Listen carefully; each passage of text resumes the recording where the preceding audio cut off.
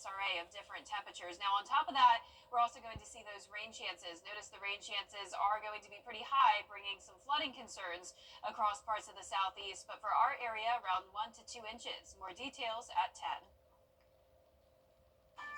Is your home for memorable energy?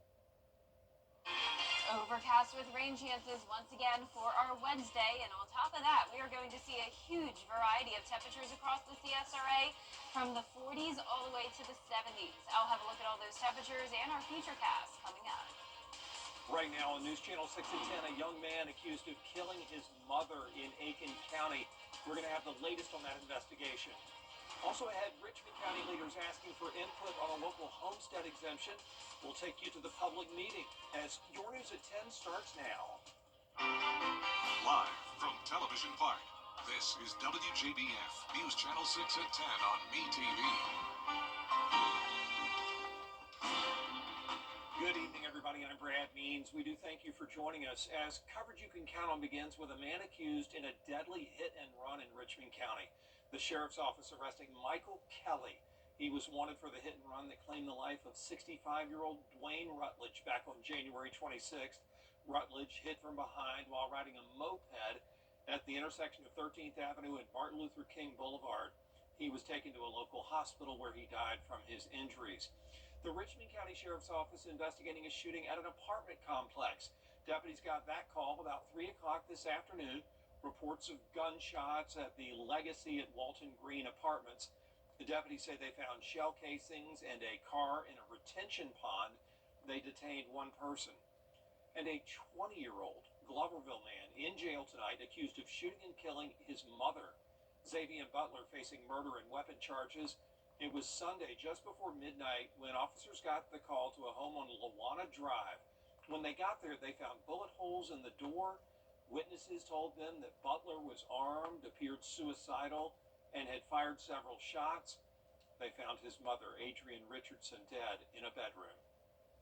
He was so hysterical, we couldn't halfway understand what he was saying. I had to grab him and hold him and tell him to calm down and tell me what was going on. And that's when I got some understanding and dialed 911 that this had them shot his mama. This is not the first time deputies have responded to that home. Butler was charged with third-degree assault and battery earlier this year. He is at the Aiken County Detention Center. South Carolina Congresswoman Nancy Mace alleging she uncovered evidence of rape. He is at the Aiken County Detention Center. South Carolina Congresswoman Nancy Mace alleging she uncovered evidence of rape and non-consensual photos of women and young girls taken by 4 South Carolina men, including, she says, her ex-fiance. May says she found photos and videos of women and girls taken with hidden cameras on her former fiance's phone back in 2023. She says law enforcement failed to investigate her claims, even directly accusing South Carolina Attorney General Alan Wilson of turning a blind eye. Once again, today you are kicking the can down the road like you always do. You are known for it.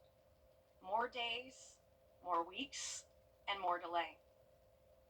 In a statement, Wilson's office calls Mace's statements categorically false and says that the office never received any reports regarding the accusations. Wilson and Mace both considering running for governor of South Carolina in 2026. SLED says it is investigating the allegations made by Mace. It is time now for our first check of the weather, and for that, on this misty, cool night, we'll check in with Chief Meteorologist Jenna Petracci. That's funny, Brad. I was just going to say the same thing. It's a misty night, and like you can being in tell. London. Yeah, it really is. I mean, look at the Skyview cam right now. This is our Terry Lambert Hyundai Skyview cam. It's misty outside. There's no other way to put it. It has been this way pretty much all day long, and it's also been very cloudy. So the roads are wet, even though we really haven't gotten a lot of measurable rain. It's just this mist and drizzle that we're seeing on and off. So even though we're seeing that, it's really hard to pick up on radar since the rain is coming down so light. So even though it looks cloudy right now, That mist is still happening. And then out to the west of us, we do have a batch of more steady light rain, and this will be moving in tonight through early tomorrow morning. So tomorrow morning is going to be very wet, and we have this stalled frontal boundary to the south of us. Now, once this moves up towards the north, we'll start to see the temperatures warm up with it. But today was very chilly. Our high of 49 actually happened around midnight last night, and then it cooled down from there. So the temperatures were in reverse, just like they were yesterday. It's cooler in the afternoons, warmer in the morning. Our low this afternoon was only 40 degrees, and that's where we're sitting right now. The temperature has not changed since 4 o'clock this afternoon. Very rare. Upper 30s in some places, but mid 40s in Swainsboro, 39 in Gibson, 38 in Saluda, and the winds are coming in from the northeast, a bit breezy at times, up to 10 miles per hour. And tomorrow morning will be right around the same, 41 to 42 degrees with the rain, high of only 53 tomorrow, and then up to a 90% chance of rain and storms on Thursday as we start to warm up. I'll have more details with a look at your Valentine's Day forecast coming up. But back to you, Brad. All right, Jenna, thanks. North Augusta, where the GOP held its primary tonight, John Felak getting set. A chance for you to sound off on the fate of a local homestead exemption. Richmond County leaders holding a public meeting tonight. Isabella Moody was there. In November, people voted on House Bill 581. It includes a new floating homestead exemption that is in addition to current homestead exemptions. 62% of people in Richmond County voted yes. The actual item was very confusing to our taxpayers and to our citizens. And I think this actual public hearing allowed for them to state some of their concerns. The measure puts a cap on property valuations for tax purposes. It's also aimed at limiting tax increases because of growth. It's impossible to know what's going on unless you're actually hearing it from the commissioners, from the mayor, from the administrator. And so I've really stepped up trying to come to as many meetings as possible to better understand and make a better judgment and also have my voice heard. People we talked to say they just wanted to get a better feel for what the exemption entails. I have a complete understanding. I really do. I understand what it means to opt in and what it means to opt out. And to be honest, I'd like to opt out. Augusta leaders have until March 1st to decide if they will opt out of the exemption. Identifying how many folks are impacted by this, where the costs would be assessed, and who would actually have to carry the burden. For more information and breakdowns on this topic, there will be another meeting on February 18th at the Augusta Municipal Building from 11 a.m. till 1 p.m. In Augusta, Isabella Moody, WJBF News Channel 6. Some business owners now speaking out about the Broad Street construction project in downtown Augusta. They're concerned the beautification project could cost them valuable parking spaces. The city traffic engineer says they're going to look and see if any changes can be made. Now we would lose about 2/3 of our parking on the block, the area of the block immediately in front of our business. And we already battle parking issues. So that was a surprise. We have gone back and asked our engineering consultant to take a second look at the parking. Again, we don't want to affect anybody in a negative way. The project still set to get underway at the end of this month. Augusta leaders looking at the future of an historic building at Dias Park. They're checking out a local nonprofit working to connect people in the community to much-needed resources. That story after the forecast from Jenna. We're at 40 degrees now in the CSRA, but just around 150 miles down towards the south, temperatures are 25 degrees warmer, making it feel like a springtime night. I'll have more details on when we could see a warm-up right after this break. Get the best insurance rate for your home or auto at CAPS Insurance Agency. Come by or call us. Get covered with CAPS today. 6. Live 5/6 is weather coverage you can count on. Now, your most accurate forecast with WJBF Live 5/6. Welcome back. I hope you stayed warm today. It was just one of those cloudy and cold days. No other way to put it. Right now on our Terry Lambert Hyundai Skyview Cam in Waynesboro, it is wet outside, but no heavy rain coming down, just the mist and drizzle continuing tonight. 40 degrees, a northeast wind of 6 miles per hour. Dew points pretty low in the upper 30s. That's why we're not seeing any heavy rain, and the visibility is, of course, pretty poor, down to 2 miles. We have the stalled frontal boundary to the south with a big big batch of rain out to the west. That's where there's some flooding concerns this week. And then to our north and up towards the east coast, there's actually snow happening now, all parts of this low pressure system. But for us, even though it's cold, our temperatures are just slightly above freezing. So that's going to prevent any freezing precipitation, which is always a relief. So upper 30s north of I-20, low to mid 40s down towards the south.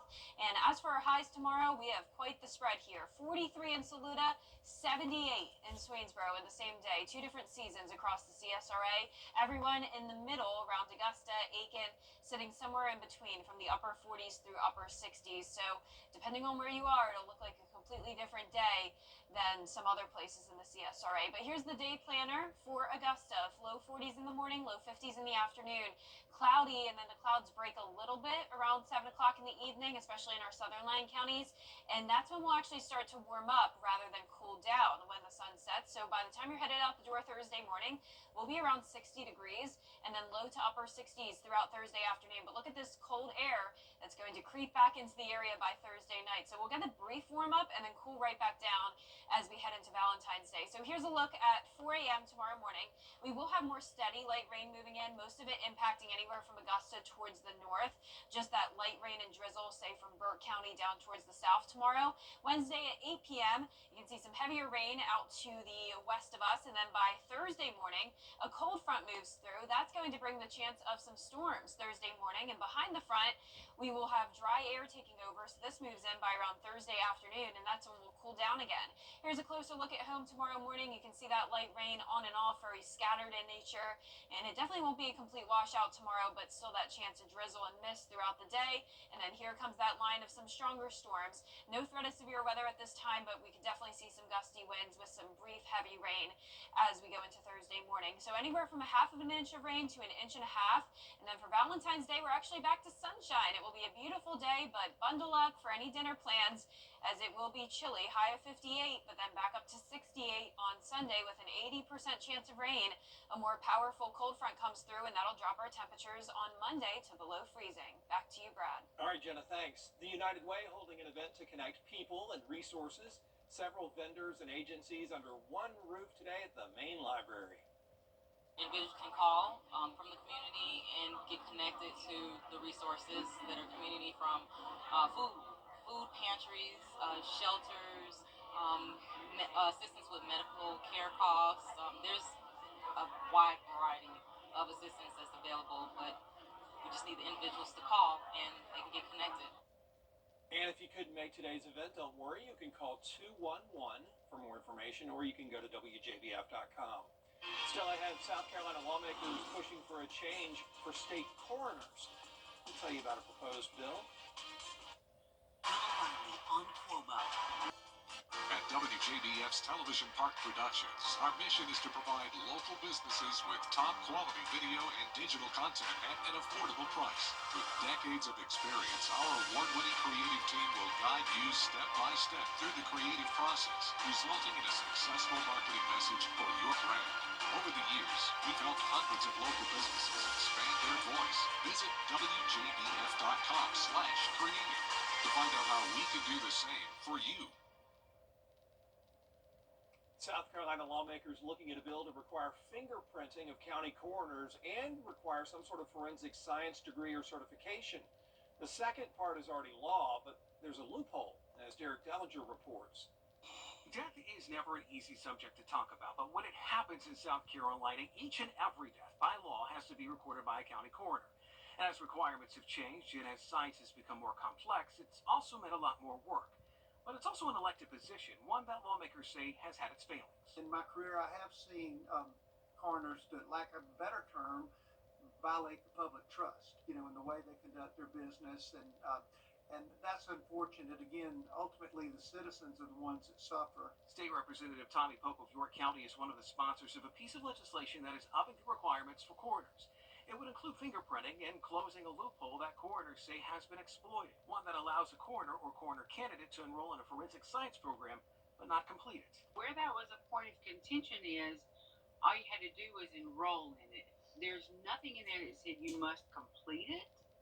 there is nothing in there that says if you don't complete it, here's the recourse for it. Carla Knight Deese is the Lancaster County Coroner. She's also training director for the State Coroners Association. She says the association has been fighting for this for years because people would apply and in some cases win election without the proper training. But there are others who think that this is not the way to go. Nada Rutherford is the Richland County Coroner who says poor counties would be at a disadvantage. I think that the bill is short-sighted because they're thinking about the larger counties. I don't think that they're considering the needs of our smaller counties. Rutherford says it's not an exaggeration to say that there are some counties who have coroner staff in the single digits, but could be headed by a coroner who has been at the job for decades and may not have the full training. There are counties in South Carolina who are using their personal vehicles to transport bodies because their county administrators don't have the funds in order to service that county coroner's office. So I'm not a proponent of this bill because I think it cripples those smaller counties who really have had a coroner who's doing an amazing job. Supporters, however, say it comes down to sensitivity and a degree of integrity for the job.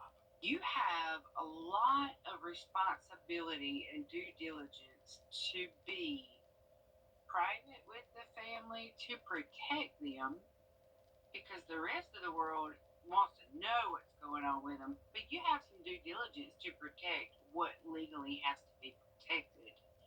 And you want somebody who has the integrity to do so. And you want somebody also who has the clean background to be within your home.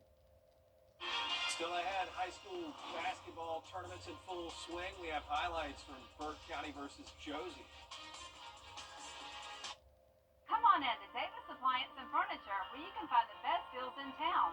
It's tax time, so when that refund comes in, it's the perfect time to get the appliances you've always wanted. For the brands you trust at the lowest prices, visit us at Davis Appliance and Furniture. Every day, ordinary people in the CSRA do extraordinary things to serve our community. Each month, News Channel 6 recognizes these outstanding volunteers with the Giving Your Best Award. Do you know an everyday hero who goes the extra mile to help others? Nominate them for the Giving Your Best Award by visiting WJBF.com and filling out the entry form. Sponsored by Science Co., Feedlot Augusta, Security Federal Bank, and News Channel 6. Saving money is great. For your free quote, call now. Come on in to Davis Appliance and Furniture, where you can find the best deals in town. It's tax time, so when that refund comes in, it's the perfect time to get the furniture you've always wanted. For the brands you trust at the lowest prices, visit us at Davis Appliance and Furniture. Now, WJBF sports coverage you can count on. The Augusta Jaguars baseball team hosted Francis Marion this afternoon. Kentucky Wesleyan College swept the Jags this past weekend, so they're searching for that first home win on the year. The Jags scored 5 runs in the 5th inning to take the 6-4 lead, but the Patriots tied the game up at 6 in the 7th inning. They dropped the 8-7 contest, the Jags falling to 1-8 on the season. Up next, they host Florida Tech in a 4-game series starting on Thursday at 6 p.m. And the GHSA High School Basketball Region Tournaments are in full swing with the Burke County boys taking on the Josie Eagles at Butler High School. It was a defensive battle in the first quarter as the Bears take a narrow 13-10 lead heading into the second. The Bears pushing the pace in transition as LaQuinton Morgan finds Cordell Williams for the bucket. Now it's Marion Cobb driving to the rim who dishes to Morgan for the layup. Burke County leads at 38-17 at halftime, and they go on to get the win over Josie. In college hoops, the 16-8 Georgia men's basketball team tipped it off against the Texas A&M Aggies at College Station tonight. The Dogs coming off a heartbreaking 76-75 loss against Mississippi State. The Aggies represent the Bulldogs' 11th ranked opponent this season. They're also the only SEC team this year to play 4 top SEC teams all on the road. 4-time Freshman of the Week Asen Newell averaging 15 points per game and 6.8 rebounds per contest. His 4th honor ties Anthony Edwards for the most by a Georgia Bulldog. Now the team currently facing the Aggies that owns a 9-5 edge all-time in the series. To just try to be as efficient, as concise as possible. Our guys are great with taking messages, and they understand, some of those things that we could have done a little bit better.